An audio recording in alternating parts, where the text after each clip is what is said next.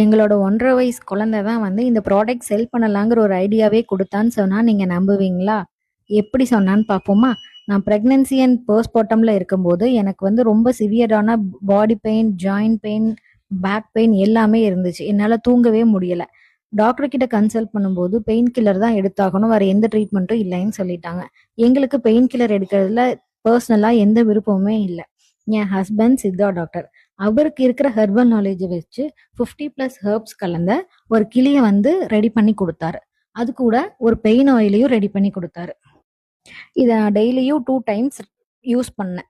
கன்டினியூஸா use பண்றப்போ எனக்கு நல்ல பெயின் ரிலீஃப் ஆயி, எனக்கு நல்ல தூக்கமும் கிடைச்சது. இப்படிதான் எங்களோட ப்ராடக்ட் ஒரு செல்லிங் பாயிண்ட்டா கொண்டு வரலான்னு ஒரு ஐடியா வந்து எங்களுக்கு வந்துச்சு. நீங்களும் body pain, back pain, joint pain suffer ஆகுறீங்களா? இது பிரெக்னன்சி வுமன் மட்டும் இல்லாம யார் வேணாலும் இந்த ப்ராடக்ட்ட யூஸ் பண்ணலாம். Just give a try. Thank